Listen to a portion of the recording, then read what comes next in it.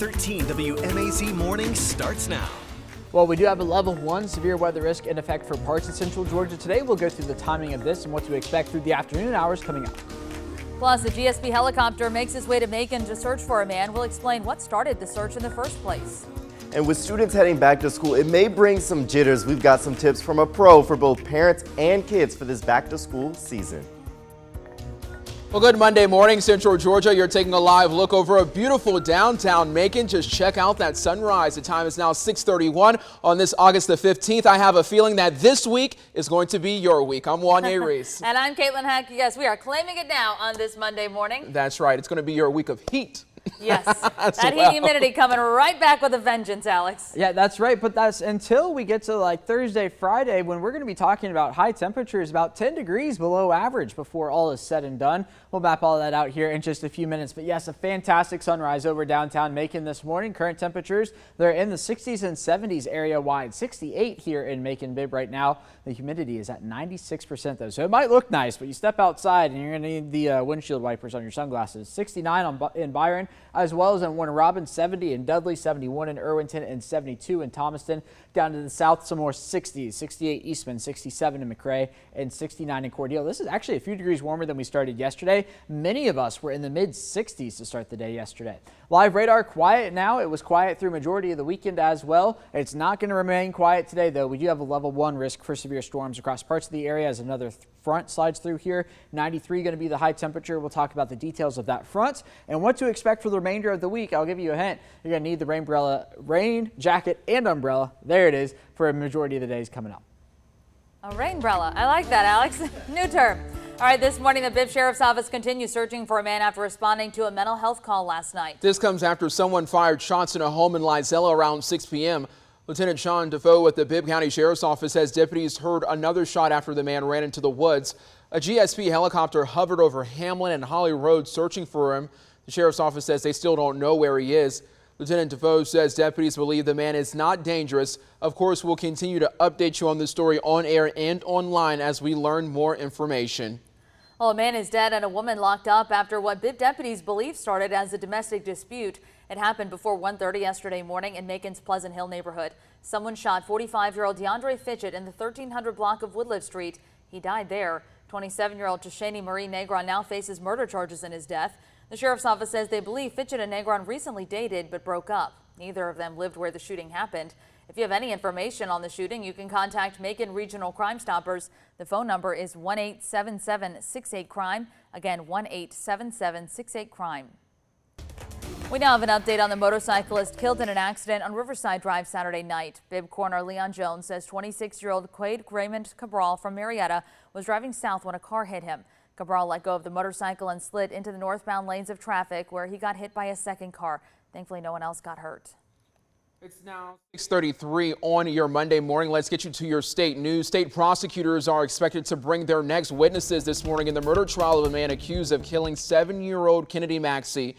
In December of 2020, she was shot on Peachtree Road near Phipps Plaza and died 6 days later. Daquan Reed is charged with the murder of Maxey.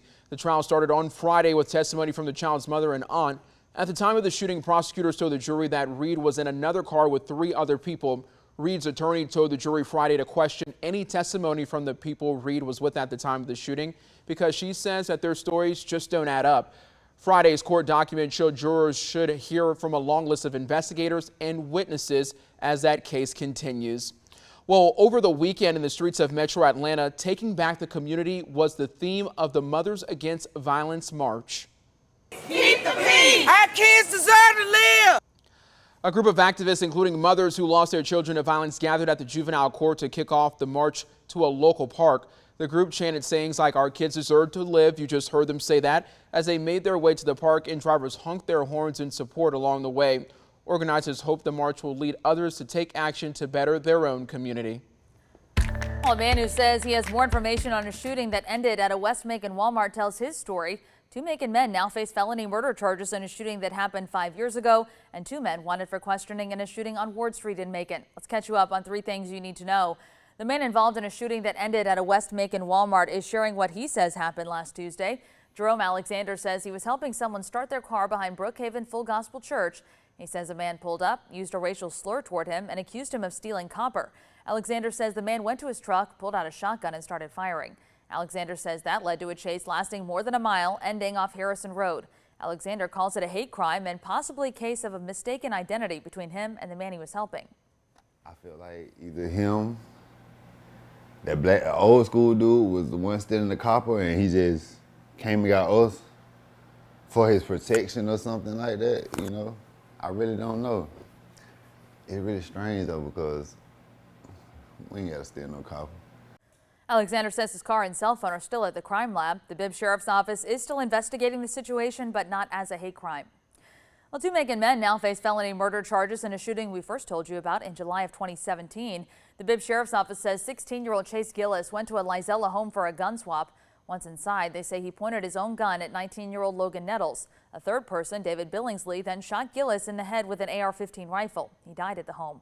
At the time, the sheriff's office said it appeared to be self-defense, but the recent indictment says the 2 men were trying to rob Gillis. We were unable to reach the district attorney's office for more details. Back in March, a judge sentenced Nettles to 5 years in federal prison on a gun charge. Well, Bibb County investigators continue searching for 2 men wanted for questioning in a shooting on Ward Street in Macon. The sheriff's office says it happened just before 4 last Thursday. They say someone shot a teen who then got dropped off at a hospital. The sheriff's office says the woman who drove the teen to the hospital spoke to investigators that night, but they're still trying to find 2 men who also helped to bring him there.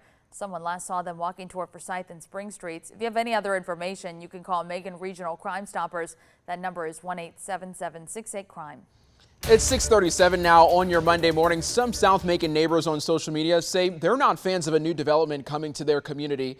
A development company is planning a proposed 6,000 square foot office building. Jennifer Rodriguez has lived in that neighborhood for years. I've tried to build here before. The neighborhood had a fit about it. Everybody came and protested it. That project was a convenience store about 15 years ago. While Rodriguez worries about the plans, Seth Williams has his own ideas for the spot. Should put like a Chick-fil-A or something over here. I'm just gonna say I think the office space would be good for bringing in more people to the LBC. The Planning and Zoning Commission is set to vote next Monday at their regular scheduled meeting. There's no Planning and Zoning meeting this week. Well, in Monroe County, people want more housing as the town continues to grow. The county started working towards a 5-year development plan to keep up with that growth. The plan covers special areas including land use, transportation, and broadband.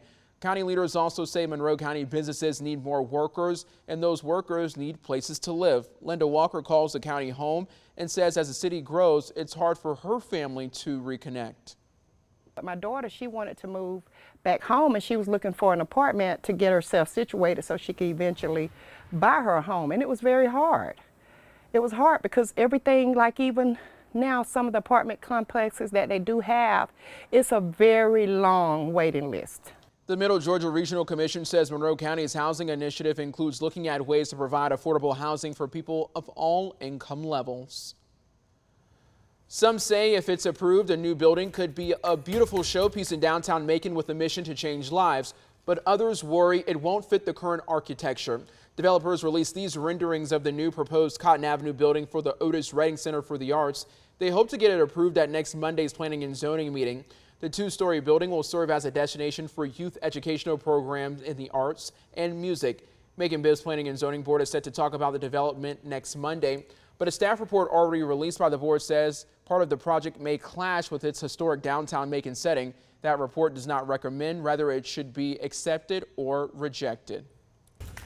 Still ahead, parents have a lot to juggle with little ones around, but a Macon group wants to make sure they still have time to work on their fitness. We'll introduce you to the woman making it all happen. That's coming up in a little bit. For right now, though, the time is 6:39. If you are planning to work out outside at all today, just know that humidity is going to make you sweat even that much more. Yes, it's going to be HOT with an exclamation point. Absolutely. Yes, and HUMID. Oh, thanks boy. to all 2 exclamation points on that one. Exactly. Yeah, thanks to the Gulf moisture we're going to have coming back here into central Georgia. But if you're looking to spend some time outside, it looks like tomorrow is actually going to be the better day to do it. We'll map it all out here coming up. But first, here's a live look across downtown this morning. Isn't that a pretty nice sunrise? Officially coming above the horizon in the next 18 minutes or so. Temperatures across the area, a mix of 60s and 70s, 68 in Macon, 69 in Warner Robins, as well as in Perry, 68 in Dublin, and 72 in Milledgeville. Right now, the radar picture mostly quiet. I don't think that's actually any rainfall across the area.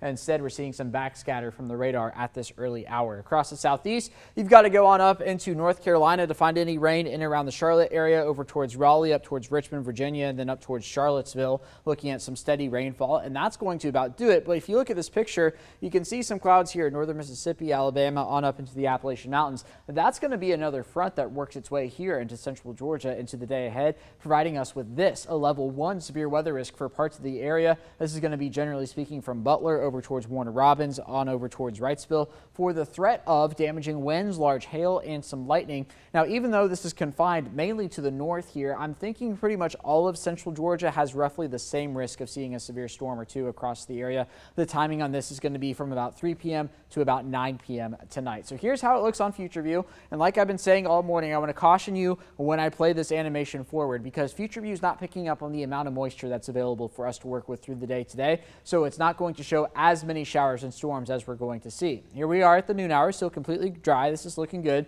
But then once we get into the afternoon, notice how it was picking up on a few of those green specks. Those are actually going to be thunderstorms, and those are going to be the storms that could become strong to severe. Even this on up towards Lake Country and Eatonton, that's going to, again, be the possibility of a strong to severe storm as we head into the afternoon hours. Now, not everybody's going to see rainfall today. In fact, the likelihood of staying dry is at right around 40%. But we are going to be watching the threat of these storms as we head into the evening tonight. Again, this isn't going to be some crazy severe weather day. This is a very low-end event and somewhat organized thanks to that front coming through, but it is something we're going to have to keep an eye on through the afternoon hours. So here we are at 11 p.m. Notice the winds shifting again, beginning to come out of the north. The showers will clear out by the time we get to tomorrow morning. So the rain chances shape up like this: a 60% chance of rain today. That's down to 10% for tomorrow thanks to some drier air, 20% for Wednesday, and 60% for Thursday and for Friday.